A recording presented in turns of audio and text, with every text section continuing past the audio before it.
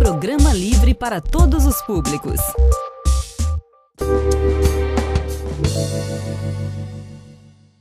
Olá, hoje o Doctor Entrevista vai bater um papo aqui com o Arilson Carvalho, que ele é chefe do cartório de Caratinga, né, cartório eleitoral de Caratinga. Nós vamos conversar com ele sobre o processo eleitoral, do porquê que a urna eletrônica tem vantagens mediante ao voto manuscrito, né, no papel, né? O Arilson, então vamos pegar esse gancho, explica pra gente essa evolução do porquê que se optou em trazer o voto para algo eletrônico, né, e as vantagens que tem em detrimento do voto manual.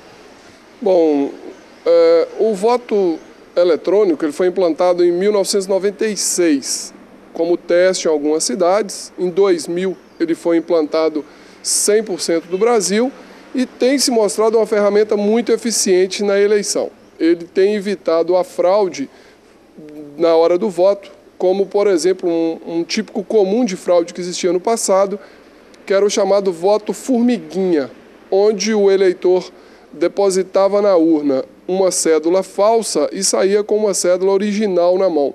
E essa cédula era votada fora da sessão eleitoral e entregue a um eleitor que estava indo votar. Então ele depositava essa cédula votada e saía com outra cédula em branco. Com isso, ia se repetindo esse processo, o que viciava completamente a votação daquela sessão eleitoral. Pelo que você explicou, né, que eu entendi, as pessoas, o primeiro votava na cédula, né, passava para o seguinte, então a pessoa não tinha mais opção de voto.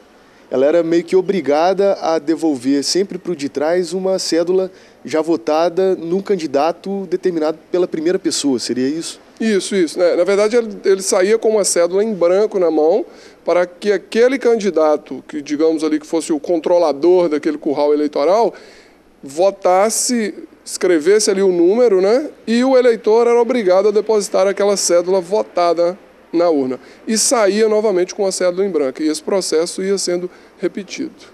Agora, com o avanço da tecnologia, a gente tem celulares com câmeras, microfones. Tem como hoje, através disso, alguém querer controlar o voto das pessoas através da urna eletrônica, seja externamente a vocês ou interno também? Não tem. Tanto que, com relação à questão do celular com câmera, né, a gente orienta os mesários para que eles não permitam que o eleitor leve qualquer ou câmera fotográfica, filmador, ou um próprio celular com câmera ligado para registrar o voto, para garantir o direito do cidadão ao sigilo do voto.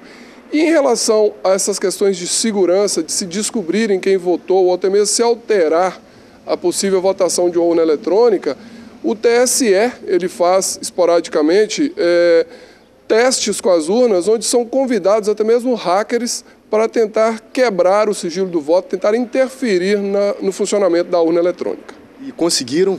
Não. O ano passado ele fez essa nova convocação, é oferecido prêmios em dinheiro, mas não conseguiram, nenhum dos inscritos conseguiram, vamos dizer aí, alterar o funcionamento da urna eletrônica.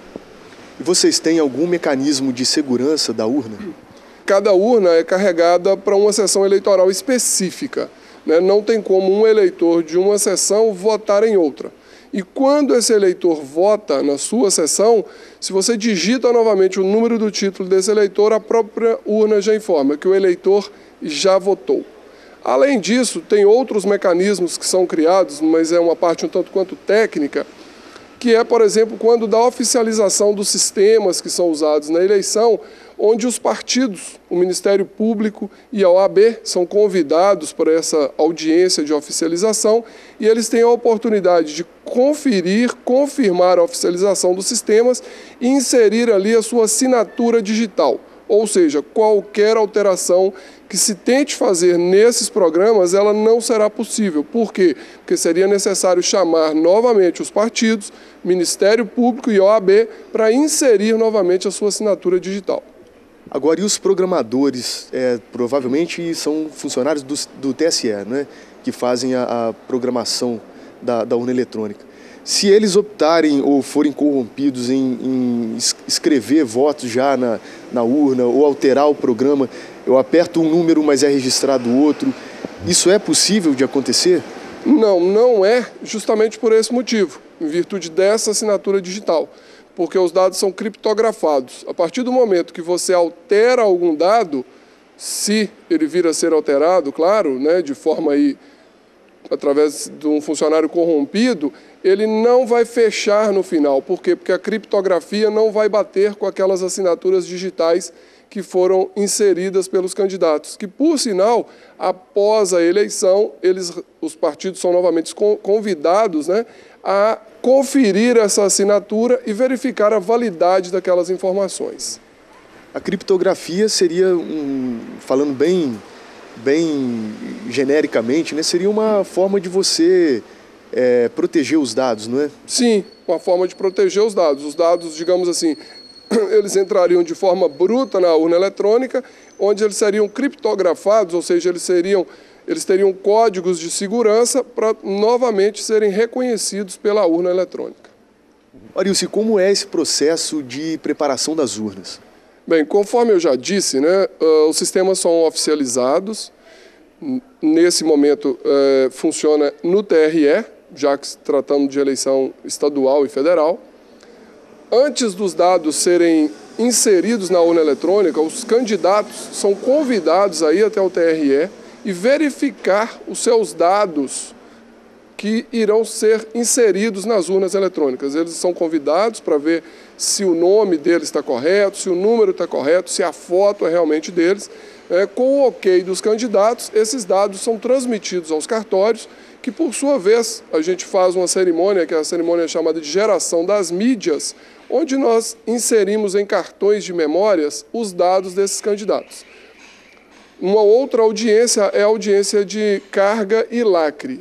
De posse desses cartões de memória, esses dados são transferidos para as urnas eletrônicas, são conferidos, as urnas são testadas o seu funcionamento e também são lacradas, com lacres rubricados pelo juiz eleitoral, pelo promotor eleitoral e pelos partidos políticos que comparecerem a essa audiência. Quando é feita essa carga, a cada urna que você carrega com o cartão de memória, ela registra no cartão de memória um número, que é chamado de tabela de correspondência.